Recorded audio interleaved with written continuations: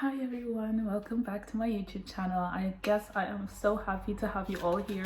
You guys have been so patient with me and I just want to say thank you so much because I have meant to come back from the 65 fragrances samples to come back and give my full thoughts on every single one. And as you can imagine, 65 fragrances is a lot to get through. So thank you so much for being patient. And we will start now. So the first fragrance that I have here with me today is the Shaghaf Vanilla Toffee fragrance. Now this is a spicy toffee, almost honey-esque fragrance. Like, even though there is a bit of vanilla, I really want to say that this is more of a golden syrup fragrance than anything else. It does take a little bit of inspiration in the sense of, mental shortcuts of how dessert-like that Amore Cafe is, but I wouldn't at all say they are very closely similar. But they do have that same feel. Even if you smelled Sticky Dates, I definitely think this smells a little bit similar to Sticky Dates, only Sticky Dates is a little bit more stickier, heavier, denser. So if you like something that's a little bit lighter, easier to digest, less cloying, and less jarring, this is definitely the fragrance for you. Now, on Fragrantica, rating wise, this was given a rate of 3.68, which I think is not too bad considering it's out of 5. I think a lot of the feedback on this tends to be that it's way too sweet, or that I hear something of a licorice note, which I personally haven't really. I spoke too soon. I was going to say I haven't really experienced it, but after just smelling it there, I do kind of find it. It's more of, if you know those black licorice sweets that sometimes come with the pinkish, candy ones. I never really liked those, and I've never liked them before. But that is the kind of licorice you're getting. It's not like a strong jarring licorice. It's almost like a bland, but with a licorice base, which I definitely do experience in this fragrance. Now let's talk about notes. So the opening has some toffee and some coffee and coffee, and then in the middle you have some vanilla, some walnut, some dates, some cardamom, and some milk. And then in the base notes you have some brown sugar, Madagascar vanilla, woody notes, tonka bean, benzoin, vanilla caviar, and musk. Okay, the first thing I'm thinking to myself when I see that musk is that, can I smell it?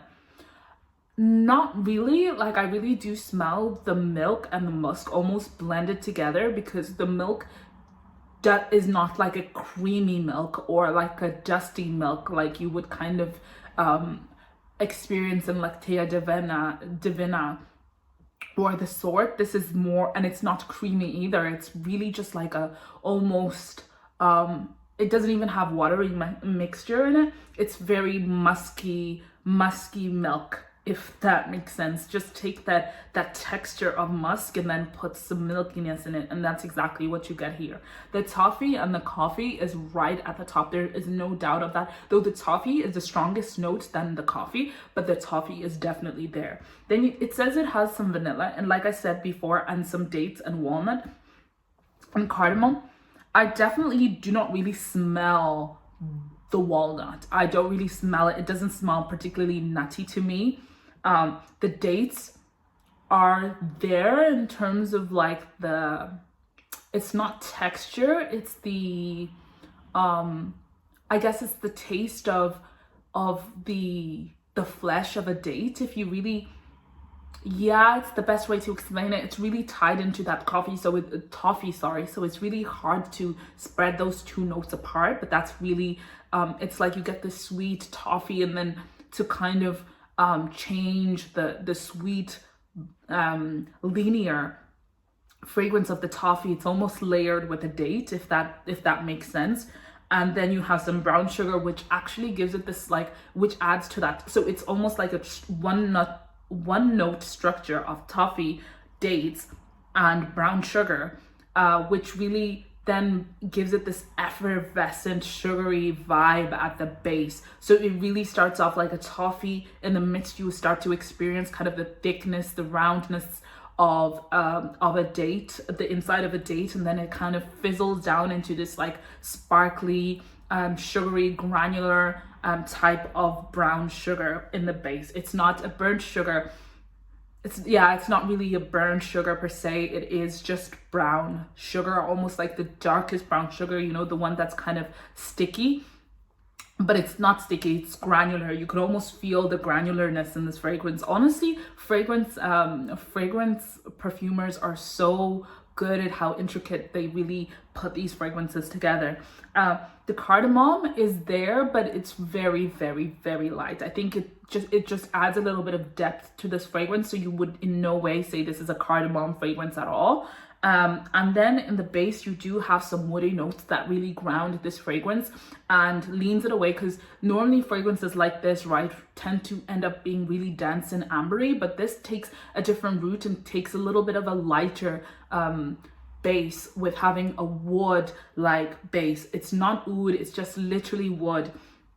The tonka bean is kind of there, just making this kind of like atmospheric fragrance in the best way, and it kind of like takes the effervescentness but also like blends it into this tonka bean spread, but it's in no way a tonka bean fragrance to me.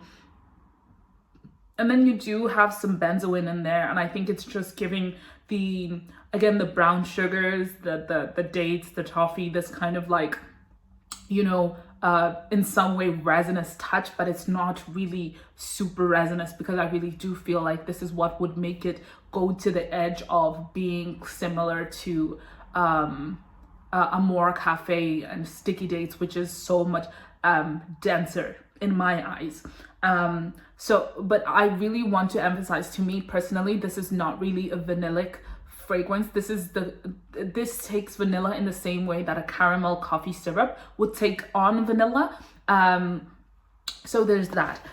What do I think of this fragrance in a whole? This is a very beautiful fragrance. Now I do have a full bottle of Amore Cafe, so to me this feels a little bit too redundant. It feels as if it honestly would compete in terms of when I would wear this fragrance, because this is a very dessert-like fragrance. I have to say that. I definitely feel like if you are building out your collection and you're very picky on what you want in there, I definitely feel like having Sticky Dates, having Amore Cafe, having this would definitely be redundant. I think what sets you apart when it comes to picking those fragrances is how versatile you want your fragrance to be. I definitely feel like if you live in hotter temperatures where it's, you know, it's easy to get cloying fragrances, I would definitely steer a little bit clear of Amore Cafe, and I would definitely steer clear of Sticky Dates. That is no weather for hot weather or anywhere near above 10 to 20 degrees. It's just not a good idea. This fragrance, I definitely feel like you could wear it a lot easier. I definitely feel like you could layer it a lot easier. I see, you know, the potential to layer this with vanilla sugared patchouli or December vanilla, or I see you blending this in with the Shaghaf Oud Tonka.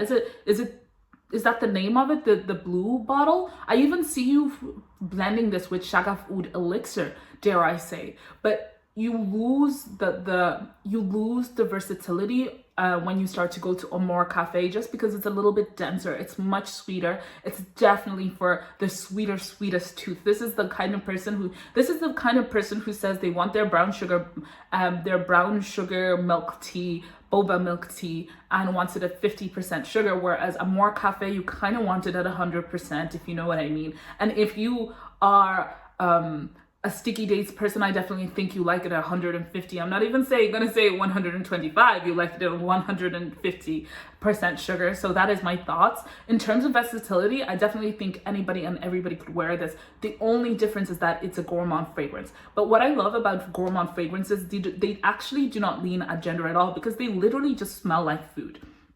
They literally just smell like food. Now, for someone who wants a mental shortcut to imagine what this fragrance smells like without having had smelled the ones that I mentioned, and maybe you've smelled something like French coffee, is that by Paris Corner? I definitely feel like, you know how how gourmand that fragrance is. They're not the same, but you know how gourmand that fragrance is? This is exactly how gourmand this fragrance is. Just imagine it smelling like literal golden syrup and toffees. Not even like toffee sweets, almost like, you know, those stretchy sweet toffees that are like mid chew in your mouth and they're like getting everywhere. That's exactly the kind of fragrance this is. So if you go into your kitchen and you smell a golden syrup and you think, I do not want to smell like that, this is not your kind of thing. It's way too gourmand for you and maybe you might not like it.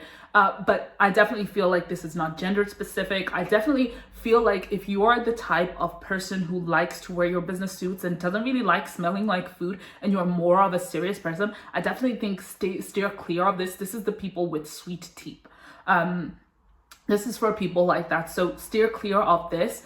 And especially if you like your florals, if you don't like smelling like food, that's just the case here. It's not, I really don't think it's about personality or I don't think it's about gender is what I mean to say. I really don't think this fragrance is about gender, but it is a definite must buy. If you are making a collection of the Shaghaf ouds, this is definitely not going to be a waste of your money. That's my personal opinion. I definitely feel like once you buy this though, there is no reason for you to get a more cafe. So it's just like a curation kind of thing for your own collection. But I'm not gonna lie to you and tell you to have redundant fragrances in your collection. I just think at some point, especially with a fragrance like this where it smells so sickly sweet, and I feel like there's only certain places you might feel comfortable wearing this to, there is no point having over 200 ml of this fragrance. You just won't go through it in enough time. But this is definitely winter time more than it is summertime. I definitely feel like summer you will be chancing it, but layered perfectly and lightly with other fragrances, I think this would pair very, very beautifully during the summer. I can see you know, adding a little bit of sweetness to and caramel toffiness to some floral fragrances. I don't have any by name at the moment, but if you are that kind of person, you definitely could add a little bit of complexity to this fragrance. I definitely see it retailing for more than it actually is retailed for. If it was done by a niche quality house, because it is so well blended, guys. I cannot even downplay that. It's so well blended. We are so lucky to have Versatility give us another banger in such a good price. So for me, it's definitely a must buy. A blind buy only if you have smelled golden syrup and you do not mind smelling like that. And definitely not a good purchase if you do not love your gourmands. If you don't want to smell like literal syrup, don't do it. Don't do it. Don't do it. Don't do it. Until next time, let me know what you think. Have you smelt this before? Have you smelt Amore Cafe? I know Amore Cafe has become one of those DNAs that is consistently getting pumped out and duped almost at the rate of Bianco Latte. I do have a full bottle, so for me, I'm constantly scared to try and smell the dupes in case they make me regret that purchase, because it is such a specific kind of fragrance. But at the same time, I do love my bottle and I do plan on wearing it all the time in winter time. So this is definitely a winter must love. Until next time, bye guys. Don't forget to like, subscribe, guys. I really appreciate you guys when you follow me and you subscribe. So until next time, bye.